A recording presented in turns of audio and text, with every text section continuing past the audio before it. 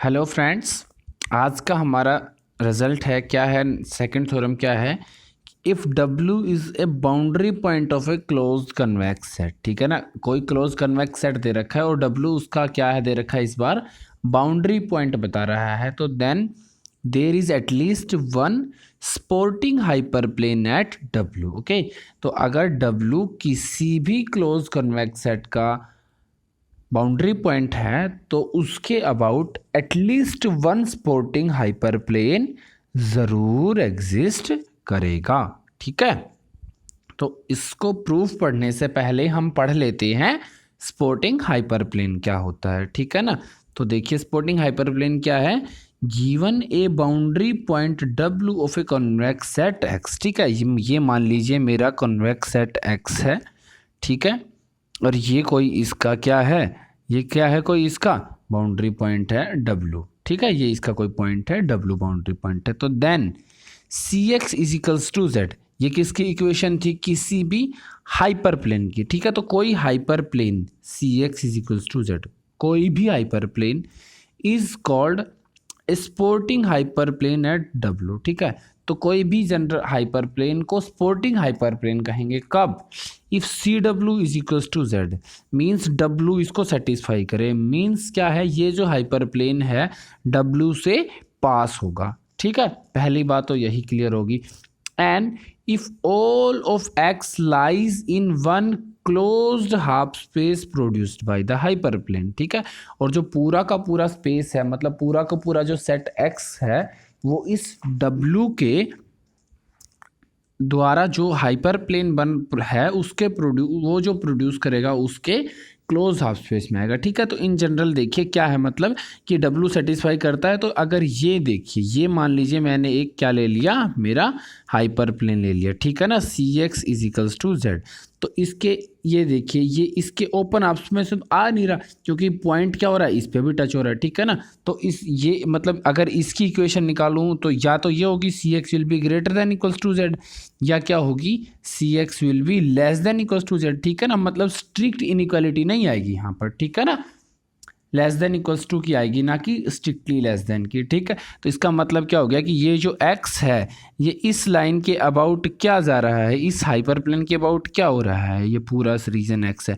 ये इसके किसी क्लोज हाफ स्पेस में लाई कर रहा है। ठीक है ना, तो क्लोज हाफ स्पेस में लाई कर रहा है, तो जो पॉइंट है उस पॉइंट के तो ये जो पॉइंट है और उसके अबाउट जो हाइपर प्लेन है, उस हाइपर प्लेन को क्या बोल देंगे, स्पोर्टिंग हाइपर प्लेन है W। ठीक है ना, स्पोर्ट करना मतलब ये समझ लो, इस तरीके से याद रखो कि जब ये टच हो जाए, जब किसी को स्पोर्ट कर जाए तो इसको क्या बोलेंगे, स्पोर्टिंग हाइपर प्लेन। ठीक है, तो देखिए लास्ट क्लास में हमने क्या पढ़ा था कि हमने कोई जनरल पॉइंट, ये देखिए जैसे कि ये कोई पॉइंट Y मान लीजिए। ठीक है ना, तो हमने पॉइंट Y पढ़ा था और उसके हिसाब से रिलेशन पढ़ते हुए हमने क्या किया था, हम एक पॉइंट Y के अबाउट हमने कोई हाइपरप्लेन बताया था और फिर पूरा का पूरा रीजन है वो इसके ओपन हाफ स्पेस में बताया था। ठीक है, अब मैं अगर करूं इसके प्रूफ को पढ़ूं तो बिल्कुल सेम पिछली वाली के ही स्टेप्स पे कर सकता हूं ना, बशर्ते मेरा Y और W अगर सेम हो जाए तो। ठीक है ना, क्योंकि अगर Y और W सेम हो गए तो उस केस में क्या होगा, जो प्लेन मेरा जो Y के लिए सेटिस्फाई कर रहा था पिछले थ्योरम में, वो क्या हो जाएगा, अब W के लिए सेटिस्फाई करेगा और W के लिए सेटिस्फाई करते ही मेरा प्लेन है वो कैसा हो जाएगा, स्पोर्टिंग हाइपर प्लेन हो जाएगा, क्योंकि W क्या है, उसका एक बाउंड्री पॉइंट है। ठीक है, तो चलिए इसका प्रूफ पढ़ते हैं। यही है, एक बार फिर से थ्योरम की स्टेटमेंट पढ़ते हैं कि अगर W कोई बाउंड्री पॉइंट है किसी सेट X का, तो then there is at least one sporting hyper plane at W। Okay, अब इसका प्रूफ पढ़ते हैं। तो प्रूफ में क्या है, as we know that if X be a close convex set. ठीक है, इन EN की अगर X कोई भी क्लोज कन्वेक्स सेट है, ठीक है ना, और Y X में बिलोंग नहीं करता, तो उस केस में क्या होता है, there exist a unique point W। ठीक है ना, लास्ट थ्योरम से उठा रहा हूँ मैं ये स्टेटमेंट कि अगर पॉइंट Y है वो सेट X में नहीं है, ये सेट X है, पॉइंट Y नहीं है, पॉइंट Y बाहर लाई कर रहा है, तो क्या होगा, एक पॉइंट W मिलता है ना, मिनिमम डिस्टेंस का पॉइंट मिलता है। ठीक है, कि इस तरीके से इस कंडीशन को होल्ड करता हुआ मेरे को क्या मिलता है, कोई डब्लू कोई पॉइंट मिलता है। ठीक है, अब अगर और डब्लू क्या होता है मेरा, क्लोजेस्ट होता है वाई को। ठीक है ना, तो मेरे को क्या प्रूव करना बच गया, अगर सीधी सी बात करें तो अगर मैं यहीं पे ये बात प्रूव कर दूं कि डब्लू मेरा कैसा प्लेन है, कैसा पॉइंट है, बाउंड्री पॉइंट है, तो मेरा प्रूफ तो सारा ही हो जाएगा यहीं पे। ठीक है ना, क्योंकि डब्लू बाउंड्री पॉइंट होते ही इसके अबाउट जो हाइपर प्लेन एग्जिस्ट कर रहा था वो नीचे आ जाएगा, डब्लू को भी सेटिस्फाई करवा देंगे और उस केस में सारे बातें प्रूव हो जाएंगी कि डब्लू पे कोई sporting hyper plane, at least one sporting hyper plane lie कर जाएगा। ठीक है, तो यही प्रूव करना है। तो रिक्वायर्ड टू प्रूफ में क्या होगा मेरा, W is a boundary point of x. ठीक है, तो हमने मान लिया कि डब्लू कोई बाउंड्री पॉइंट नहीं है। ठीक है ना, अगर बाउंड्री पॉइंट नहीं है, ठीक है ना, ये देखिए इस तरीके की ज्योमेट्री है ना, ये पॉइंट डब्लू मान रखा है, लेकिन अगर डब्लू बाउंड्री पॉइंट नहीं है तो इसका मतलब इन दोनों के बीच में और एक पॉइंट लाई करेगा ना, डब्लू से वाई की तरफ बढ़ेंगे तो बीच में एटलीस्ट एक्स का एक पॉइंट तो कम से कम और लाई करेगा ना। तो क्या करें, देन देयर एग्जिस्ट, एक minute, then there exists a point S belongs to X on the line segment joining W and Y। यही तो मीनिंग है ना कि W से Y की साइड बढ़ेंगे तो एटलीस्ट एक पॉइंट तो X का उस केस में मिलेगा ना। अगर नहीं मिलता कोई भी पॉइंट तभी तो वो बाउंड्री होती है ना कि भाई बाउंड्री, इससे आगे कुछ नहीं है। लेकिन अगर बाउंड्री नहीं है तो मतलब कुछ ना, एटलीस्ट एक पॉइंट तो आगे है ही है ना। तो S क्या लिख सकते हैं उसको, W और Y की लीनियर कॉम्बिनेशन में लिखा जा सकता है। ठीक है ना, जहाँ पे लैम्डा पे क्या होगा, इस बार स्ट्रिक्ट इनइक्वालिटी होल्ड होगी, क्योंकि अगर जीरो होगा तो डब्लू हो जाएगा, डब्लू या वाई में से कोई एक हो जाएगा ना, 0 और 1 के लिए कोरस्पोंडिंगली। जैसे हमारी जो हम कॉम्बिनेशन बना रहे हैं कि अगर लैम्डा 0 हो गया तो वाई हो जाएगा, लैम्डा 1 हो गया तो मेरा एस डब्लू ही हो जाएगा। लेकिन मुझे तो अदर देन कह रहा हूँ मैं तो कि पक्का एक इन दोनों के अलावा भी एग्जिस्ट करता है, तो मतलब स्ट्रिक्टली इनइक्वालिटी के लिए भी ये होल्ड होगा। ठीक है, तो इससे आगे इसका प्रूफ करते हुए हमने क्या किया, y को इस साइड ले आए, लैम्डा की टर्म्स को इकट्ठी कर लिया। ठीक है, दोनों साइड मोड ले लिया। ठीक है, अब ये मोड ले लिया। ठीक है, बिल्कुल क्लियर बात है। लेकिन लैम्डा क्या है, देखिए ये टर्म्स इक्वल है, लेकिन लैम्डा क्या है, लैम्डा तो 0 और 1 से छोटा है। तो अगर कोई नंबर 0 और 1 के बीच में लाई कर रहा है, 0 और 1 के बीच में लाई कर रहा है, तो उस केस में क्या होता है, यही इनइक्वालिटी होल्ड होगी ना कि किसी नंबर को 0 से 1 या 0 और 1 के बीच में नंबर से मल्टीप्लाई करेंगे तो और ज़्यादा छोटा हो जाता है ना। तो मतलब w minus y s minus y से क्या है, ग्रेटर देन इक्वल्स टू है। इसका मतलब क्या हो गया,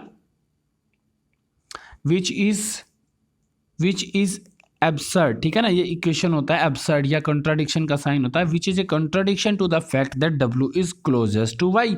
लेकिन देखो क्या कह रहा हूँ मैंने तो कह दिया कि s और y की डिस्टेंस है वो w और y की डिस्टेंस से कम हो गई। अगर w बाउंड्री पॉइंट नहीं है तो डिस्टेंस कम होगी। इसका मतलब s क्या हो गया, क्लोजेस्ट टू y हो गया, s के क्लोजेस्ट हो गया ना y।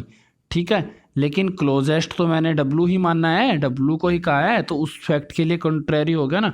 इसका मतलब क्या होगा, इसका मतलब w मेरा कैसा होगा, ये बात तो प्रूव हो गई ना यहाँ से कि इस that means w is a boundary point of x। ठीक है, w क्या होगा, बाउंड्री पॉइंट ऑफ x होगा। ठीक है, और साथ साथ बाउंड्री पॉइंट्स ऑफ x होते ही जो लास्ट थ्योरम में जो लास्ट स्टेटमेंट्स थी वहाँ से रिजल्ट आएगा ना, w और u के ऊपर जो रिजल्ट था वो यही था ना, यही तो रिजल्ट था ना, cu will be greater than equals to cw। यही तो रिजल्ट आया था लास्ट में चल के। तो वहाँ पर क्या रिजल्ट आया था, यही आया था, cu will be greater than equals to cw। इसका मतलब cu will be greater than equals to cw है।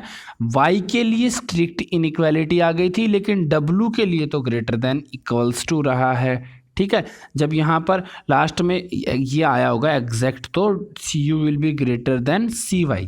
ठीक है, तो जब y लिया तब मेरा हो गया था, लेकिन अगर y की जगह मैं w लूँगा तो मेरा क्या आएगा, ग्रेटर देन इक्वल्स टू आ जाएगा यहाँ पर इनइक्वालिटी। ठीक है, ये होल्ड होगी। तो इसका मतलब एक हाइपर प्लेन, अगर अब यहाँ पे cw टर्म जो मिली है इसको मैं z नाम दे देता हूँ।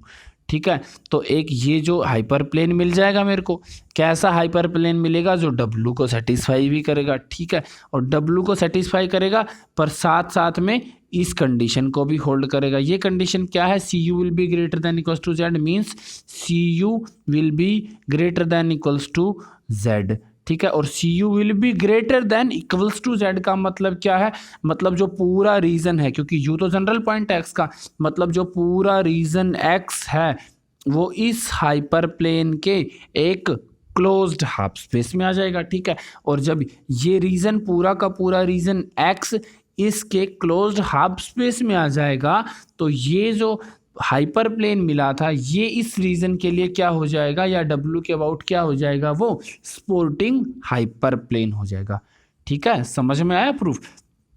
यही कह रहा हूँ ना कि अगर इसको मैंने z मान लिया तो ये क्या हो जाएगा, ये होल्ड करेगा, इसका मतलब क्या हो गया, स्पोर्टिंग हाइपर प्लेन हो जाएगा। लेकिन w क्या था, इन जनरल कोई बाउंड्री पॉइंट, इसका मतलब हर बाउंड्री पॉइंट के अबाउट क्या एग्जिस्ट करता है, एक at least one sporting hyper plane exist करता ही करता है, ठीक है ना। ये स्पेशल ध्यान रखना, एटलीस्ट वन की बात नहीं, एटलीस्ट वन की बात कर रहे, एग्जैक्ट वन की बात नहीं कर रहे, ठीक है फ्रेंड्स।